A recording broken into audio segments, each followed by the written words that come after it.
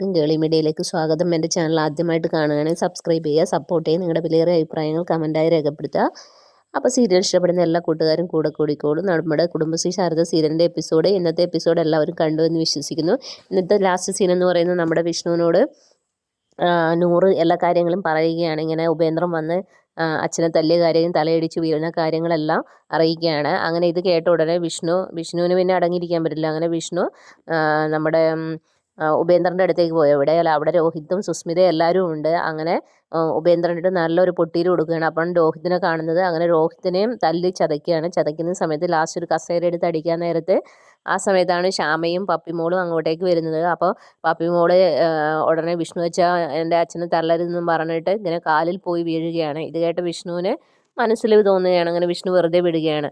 പക്ഷേ വിഷ്ണു അപ്പോൾ പിന്നെ അവർ അടുത്ത പണി ആലോചിക്കുകയാണ്. വിഷ്ണുവിന് എങ്ങനെ അടുത്ത പണി കൊടുക്കാം എന്നുള്ളത് ആലോചിക്കുകയാണ്. അടുത്ത പ്ലാനുമായി അവർ ഇറങ്ങിത്തിരിക്കുകയാണ്.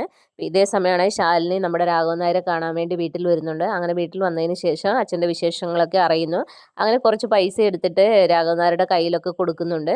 അപ്പോൾ എന്തെങ്കിലും ആവശ്യമുണ്ടെങ്കിൽ വെച്ചോളാൻ പറയുന്നു. അപ്പോൾ സത്യഭാമയ്ക്കാണെങ്കിൽ ഇത് തീരെ പിടിക്കുന്നൊന്നുമില്ല. സത്യഭാമയ്ക്ക് ആ പഴയ സ്വഭാവം തന്നെ, അവളോട് സ്നേഹവും കരുതലൊന്നുമില്ല.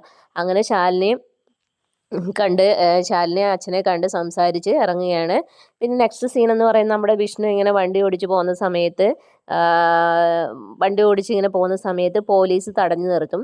അപ്പോൾ എന്തോ കുരുക്ക് ഒപ്പിച്ച് വെച്ചിട്ടുണ്ട് അവർ. എന്തെങ്കിലും അതിന് വിഷ്ണുവിൻ്റെ വണ്ടിയിൽ എന്തെങ്കിലും കഞ്ചാവോ അല്ലെങ്കിൽ സ്പിരിറ്റോ എന്താണോ എന്നറിയില്ല, എന്തോ വെച്ചിട്ടുണ്ട് അവർ. കാരണം ഒന്നെങ്കിൽ ശാലിനിയെ പെടുത്താൻ അല്ലെങ്കിൽ വിഷ്ണുവിനെ പെടുത്തണം. ഇതാണ് സുസ്മിതയുടെയും ചന്ദ്രബോസിൻ്റെയും മറ്റേ രോഹിത്തിൻ്റെയൊക്കെ തീരുമാനം. അപ്പം ഇപ്പോഴാണെങ്കിൽ ശ്യാമ കൂടെയുമുണ്ട്. അപ്പോൾ അങ്ങനെ വിഷ്ണുവിനെ പോലീസ് തടഞ്ഞു നിർത്തും. അങ്ങനെ വണ്ടി പരിശോധിക്കുന്നുണ്ട്. അപ്പോൾ അവർക്ക് എന്തോ കിട്ടുന്നുണ്ട്, അത് എന്താണെന്ന് അറിയില്ല. അങ്ങനെ നാളത്തെ എപ്പിസോഡിൽ ഇതൊക്കെയാണ് ഉള്ളത്. അതേസമയം തന്നെ സുസ്മിതയും നമ്മുടെ ചന്ദ്രബോസും ഇവരെല്ലാം കൂടെ ചേർന്ന് ശാലിനിയുടെ പണി എങ്ങനെ തെറിപ്പിക്കാം എന്നാണ് ഇനി അടുത്ത ഇത് നോക്കുന്നത്. അത് വിഷ്ണുവിനും ശാലിനിക്കും ഉള്ള പണിയാണോ എന്നും നമുക്കറിയത്തില്ല. കാരണം ശാലിനിയുടെ ജോലി തെറിപ്പിക്കുക എന്നതാണ് അവരുടെ അത്യാവശ്യമായ കാരണം. അല്ലെങ്കിൽ ശാലിനി ആ ലേലത്തിൻ്റെ ഇത് വെച്ച് വീണ്ടും പ്രശ്നം ഉണ്ടാക്കുന്ന അവർക്ക് നന്നായിട്ട് അറിയാം. അപ്പോൾ അതിനു വേണ്ടിയുള്ള ഒരുക്കങ്ങളാണ് അവർ ഒരുക്കിക്കൊണ്ടിരിക്കുന്നത്. അപ്പം ഈ ശാലിനി അതിൻ്റെ ഇടയ്ക്ക് പറയുന്നുണ്ട്, ഇങ്ങനെ മദ്യവും മയക്കുമരുന്നിൻ്റെയൊക്കെ എതിരായി ആ വീട്ടിൽ അത് ചെയ്യാൻ സമ്മതിക്കത്തില്ല എന്നുള്ള കാര്യങ്ങളൊക്കെ പറയുന്നുണ്ട്.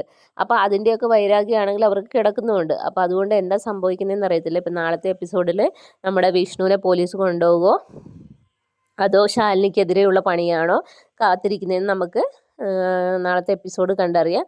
അപ്പം നാളത്തെ എപ്പിസോഡിനായി എല്ലാവരും വെയിറ്റ് ചെയ്യുക. അപ്പോൾ okay, bye bye, thank you.